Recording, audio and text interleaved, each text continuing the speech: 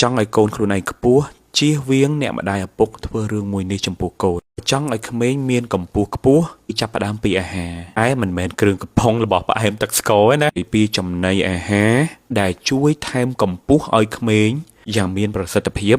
និងអត់ចំណាយលុយកាក់ទេប្រភេទទី1ដែលអ្នកម្ដាយកុំមើលរំលងអសោះប្រភេទពងឬសុទ្ធជាប្រភពប្រូតេអ៊ីនធម្មជាតិដែលមានគុណភាពល្អមែនទែនទាំងតម្លៃខ្ញុំជឿថាអ្នកម្ដាយគ្រប់រូបគឺអាចរកឲ្យកូនញ៉ាំបានទី2ប្រភេទត្រីតូចត្រីធំសម្បូរកាល់ស្យូមធម្មជាតិប្រភេទល្អទី3ទឹកដោះគោតែកុំយកទឹកដោះគោមានជាតិស្ករណាយកទឹកដោះគោសាបជំនួយឆ្អឹងដូចគ្នាទី4ទៅហ៊ូអាចរកទៅហ៊ូឲ្យកូនញ៉ាំដោយសារហ្នឹងគឺជាប្រភពប្រូតេអ៊ីនធម្មជាតិដូចគ្នាទី5កាល់ស្យូមក៏មាននៅក្នុងបន្លែបៃតងទាំងកាល់ស្យូមមានទាំងវីតាមីន C មានទាំង fiber នៅក្នុងហ្នឹងជួយប្រព័ន្ធរំលាយអាហារឲ្យកុមារជួយឲ្យសុខភាពពោះវៀនមានសុខភាពល្អពោះវៀនល្អខួរក្បាលល្អរៀនប៉ាកែនិងមួយរឿងទៀតដែលឪពុកម្ដាយតែងតែយល់ខុសមិនឲ្យកូនក្មេងត្រូវកម្ដៅថ្ងៃតតែសោះខាតឲ្យគាត់ត្រូវថ្ងៃដើម្បីឲ្យរាងកាយរបស់គាត់សំយោគវីតាមីន D នៅពេលដែលរាងកាយមានវីតាមីន D មានទាំងសុខភាពល្អហើយឲ្យវីតាមីន D នឹងទៀតសោតគឺជួយដឹកនាំកាល់ស្យូមចូលទៅក្នុងឆ្អឹងបើញ៉ាំបាន K2 ទៀតរឹតតែល្អ K2 មាននៅក្នុងបន្លែបៃតងដិតពួកអស់ហ្នឹងសម្បូរទៅដោយ K2 អញ្ចឹងកាល់ស្យូម K2 ដេត្រា3មុខនឹងសហការគ្នានាំកាល់ស្យូមចូលឆ្អឹងធ្វើឲ្យកូនខ្ពស់ជារឿងងាយឲ្យតែយើងដឹងក្បួនគេងពីប្រលប់ដើម្បីឲ្យអរម៉ូនក្រហម៉ូនរបស់ក្មេងបានបញ្ចេញឫទ្ធិពេលរាត្រីទី2មានលំហាត់ប្រាណ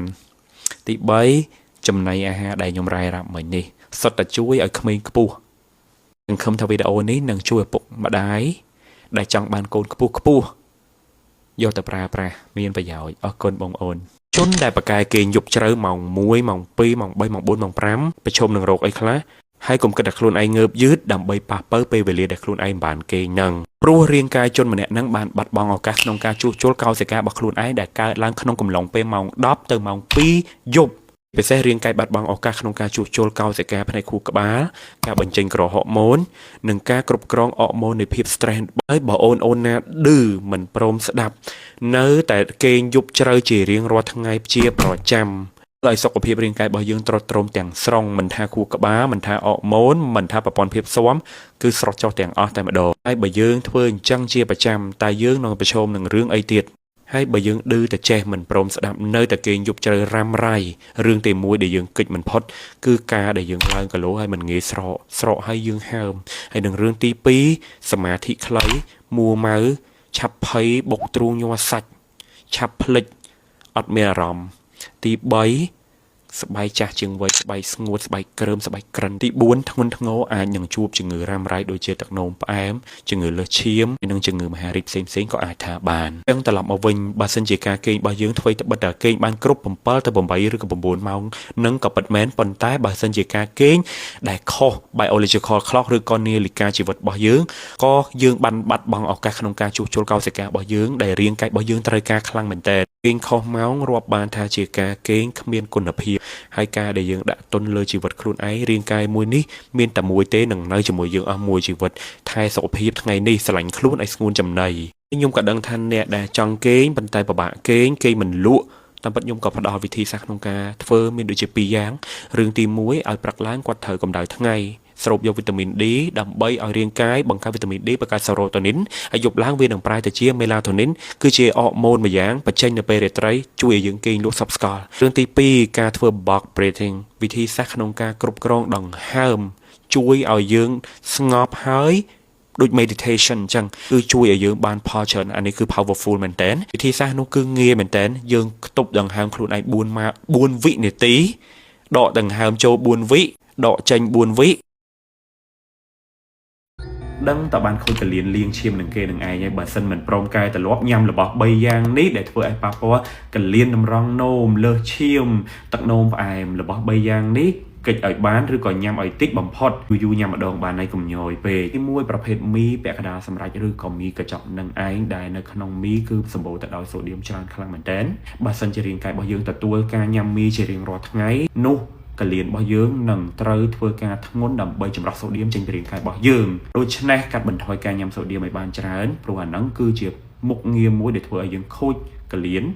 ឱកាសក្នុងការលើកឈាមដោយយើងមិនដឹងខ្លួនដោយសារសូឌៀមរឹតតែច្រើនរបស់យើងកលៀនហ្នឹងធ្វើការរឹតតែធ្ងន់អញ្ចឹងហើយការញ៉ាំមីរាល់ថ្ងៃ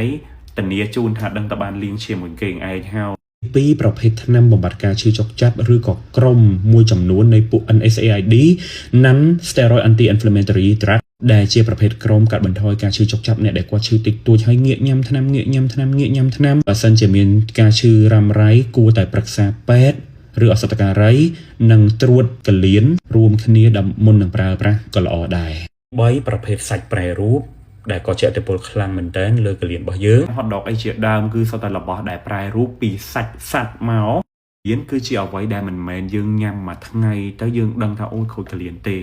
គឺជាការសន្សំម្ដងតិចម្ដង